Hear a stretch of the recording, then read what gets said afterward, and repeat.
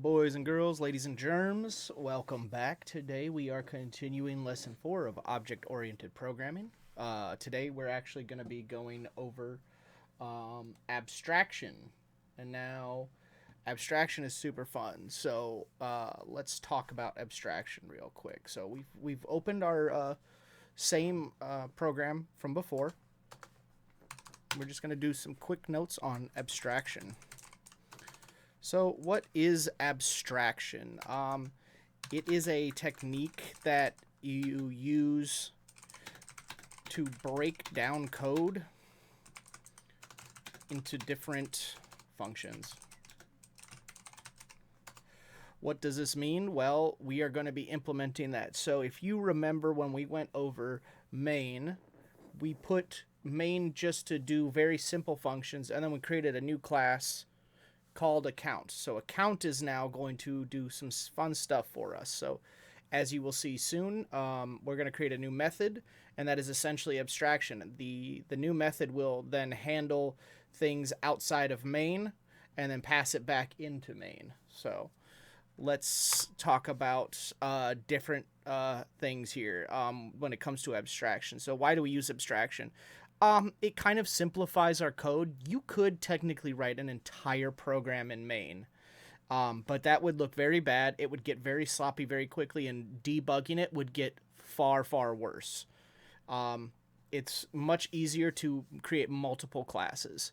So again, we implemented that abstraction with our account class, and today we're just going to finish that and then manipulate it in our program. So what does that really mean? So we created the class account, and that contains a name instance variable. This stores our user account name, and this means that each account object. So every time we call a new object and call it account, we call it username number 2, that would now store a new name in it as the variable rather than username 1, the first one, sorry, username 1. Well, instead of just user account name, we would make it like user account name 2. And then if we needed to store 50, we'd mark it all the way up to 50.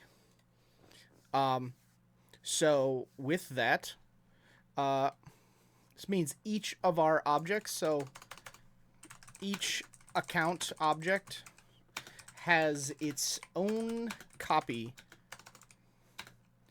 of the name instance variable. All right. So you might be asking, what is a name instance variable, right? What is a name instance variable?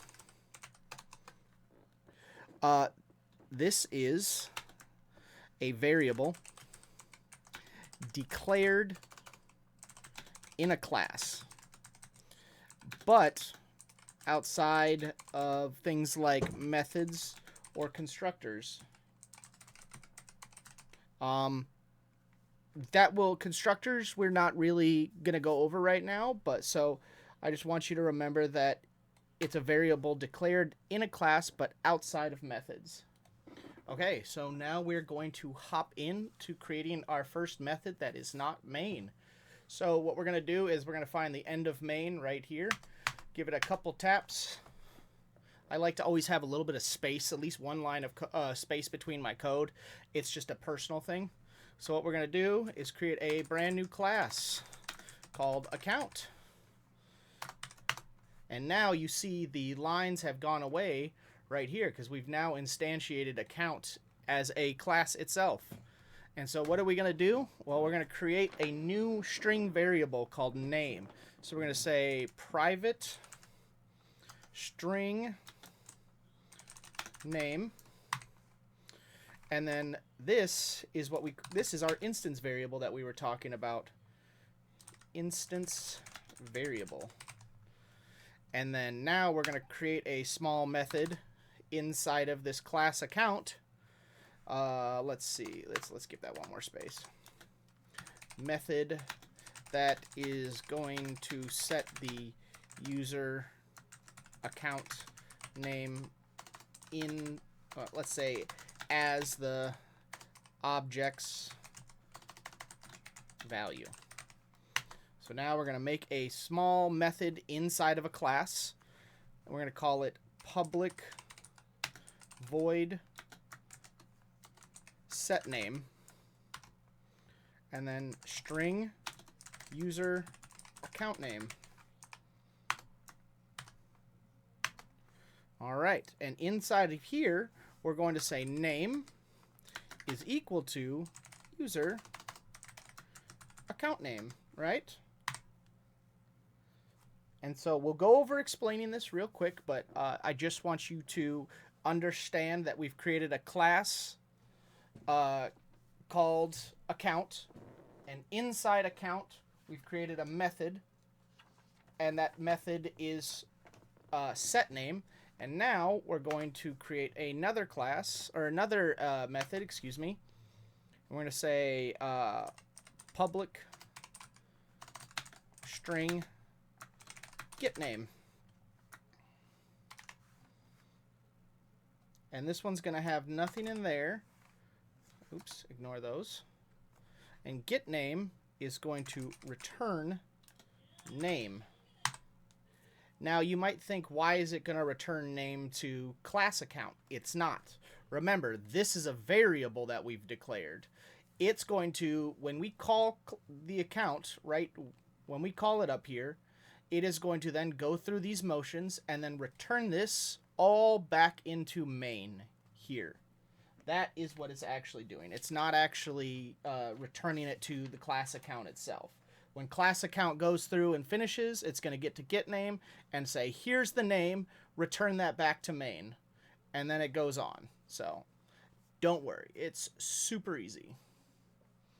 All right. So let's talk about some of the things. We've got a red squiggly line here. Let's figure out what I messed up right here. User account. What is this? It says user account is null here. Oh, yeah, that's fine. We haven't fully finished using user account, so that's okay. And I know, again, you guys can't see the errors that show up. You can see the red squiggly lines, and I don't know why. I might have to switch it to just actively monitor or actively record my desktop instead, so maybe you guys get better access. But yeah, cannot use local variable use account before it is declared, and that's fine.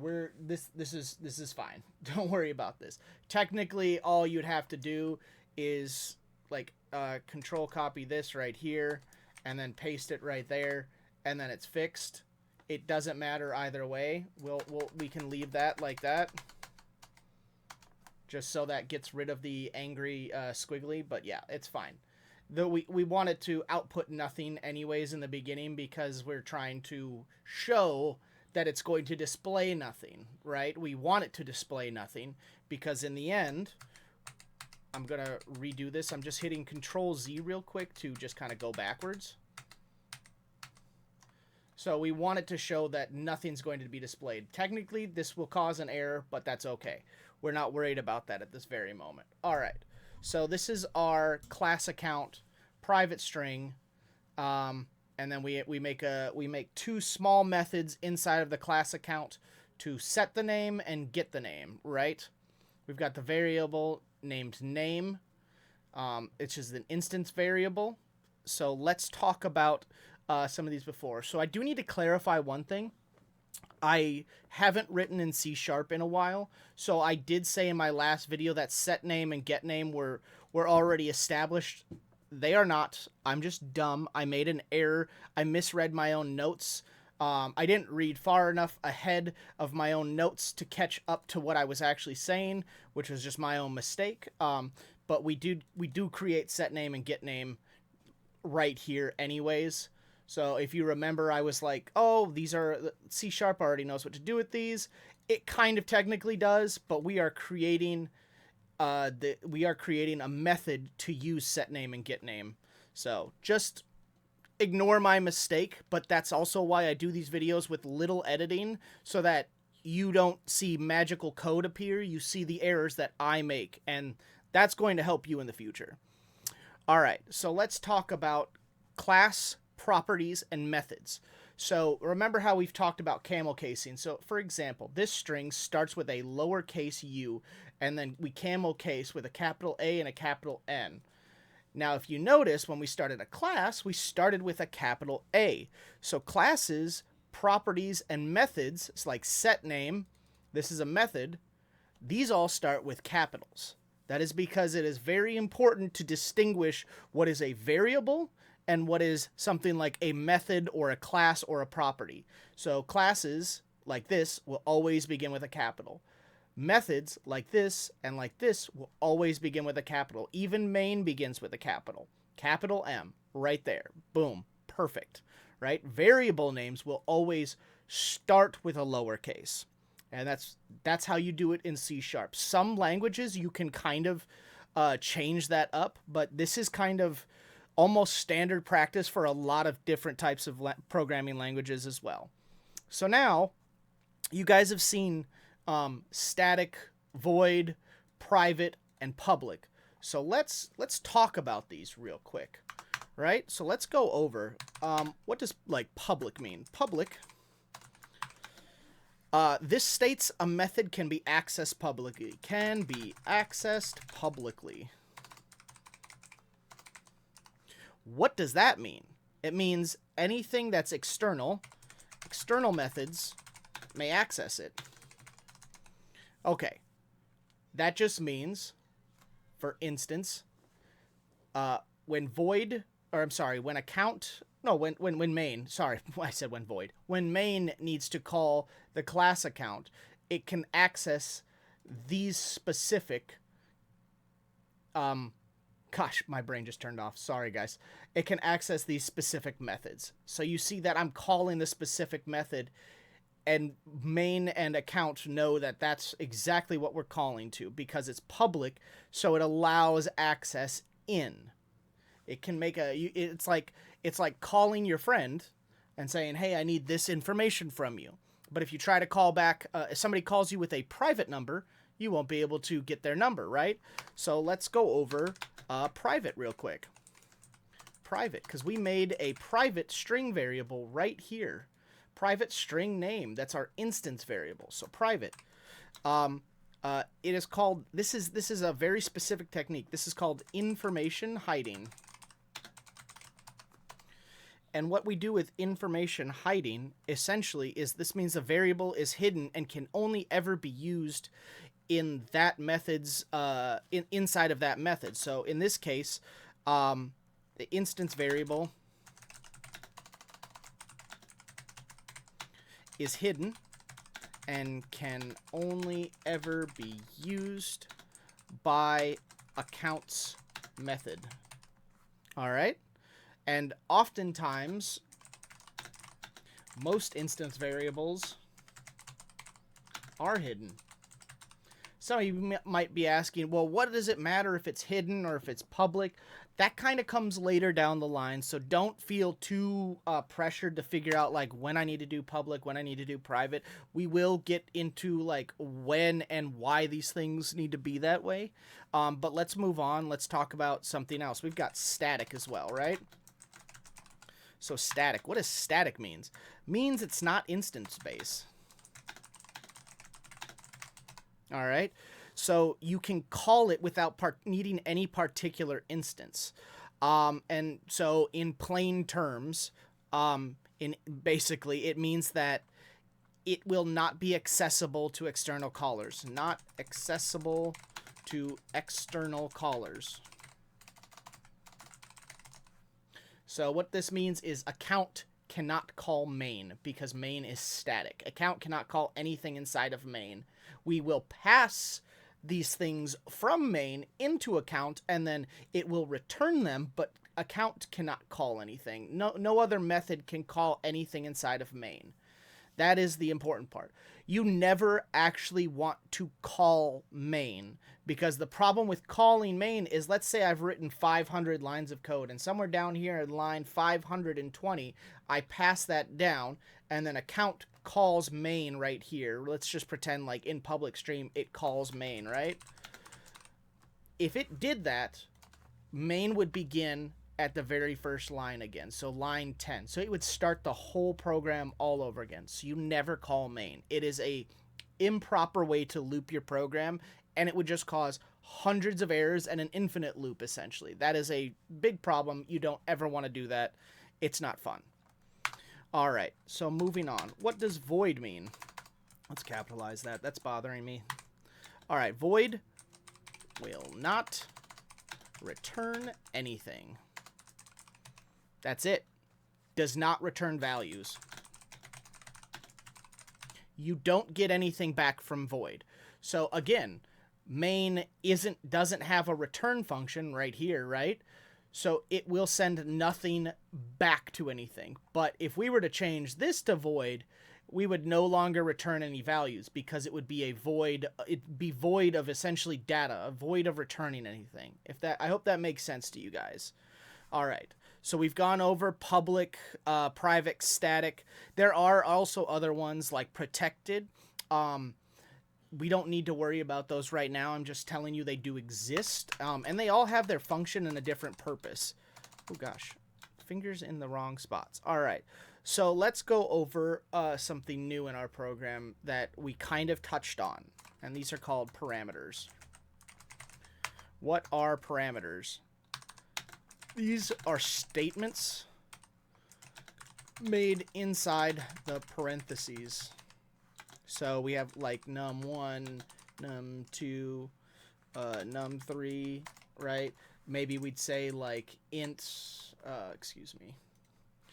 int num1, we'd say int num2, and maybe we'd have like, let's change this, like maybe we wouldn't pass num3, maybe we'd say like string user account name, right? What we're doing right here is we're telling, we're passing this information along. So if you look closely up here, user account, we're saying user account, the new account instance, right?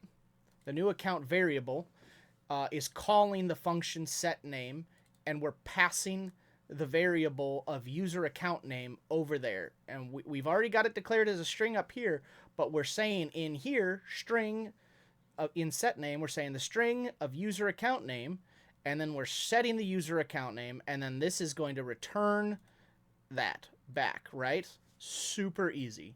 It might seem complicated, but once you start to write this over and over again, they get a little bit easier. I know that might seem complicated. Like, why don't we just set it and then return user account name? Because we need to be able to reuse this variable multiple times, right? And same with this. This is just name because it's only going to be ran once and then passed back. Whereas we are going to call on user account name multiple times. So we change the variable inside of here. We set it, and then we return it. We return that value. All right. It's not complicated. It does get easier. So parameters can be different depending on method. Depending on their methods.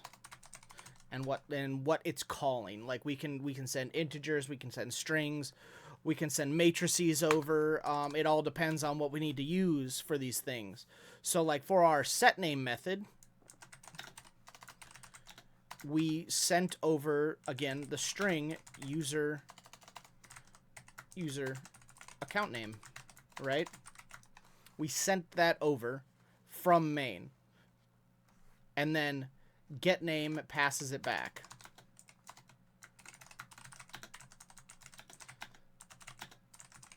After it's been stored in our system as a local variable.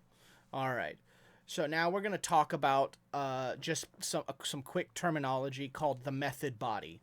What is the method body? Well, that's this right here. This is the body of the method right there. This is the body of the method right here. Method body is just terminology we use to represent the text inside the actual method itself, inside these curly brackets. Anything inside of here, that is the method body. This is the method parameters. This is the method body. Super easy. Not hard at all, guys. All right. Last thing we're going to talk about, local variables. Now, I said we established a local variable early. That was this one, private string name. We talked about... I'm sorry, not local. I was thinking instance variables. That is not a local variable. The local variables are the ones we established inside of main method, not instance variables. So the local variables, like right here, this is a local variable. We established this inside of main method, right? We established the string user account name inside of main method. This is local to main. This means they are local to this method and can only be used inside of this method. Again, we pass this information along. It changes it. It sends us back name, and then we have get name right here to output that. So just so you understand, local variables are local, again, to that main method. Or a method in general. So actually, private string is technically an instance variable while also being a local variable to the class account itself. So sometimes I lose my train of thought. Sometimes I'm a little quirky. It's all right. But anyways, guys, so that is the finished product for today. We are going to be going over. We're going to make this into a banking account app where it's going to store number values with the username itself. So if I type in name Jessica, it'll show balance of Jessica is this. If I type in name Vanessa, Vanessa's name will pop up with balance of that. And it's going to be very easy. But we need to get through this so I can teach you all the terminology first. And once we've got the terminology down, then we can get into some really fun stuff where we start skipping over the terminology and just explaining the program itself. So I hope you guys liked the video. If you do, please like and subscribe. I'm a small channel. I just started. I know I don't upload every day, but I don't think that's the way to go. So please like, subscribe, share, whatever. I appreciate you guys.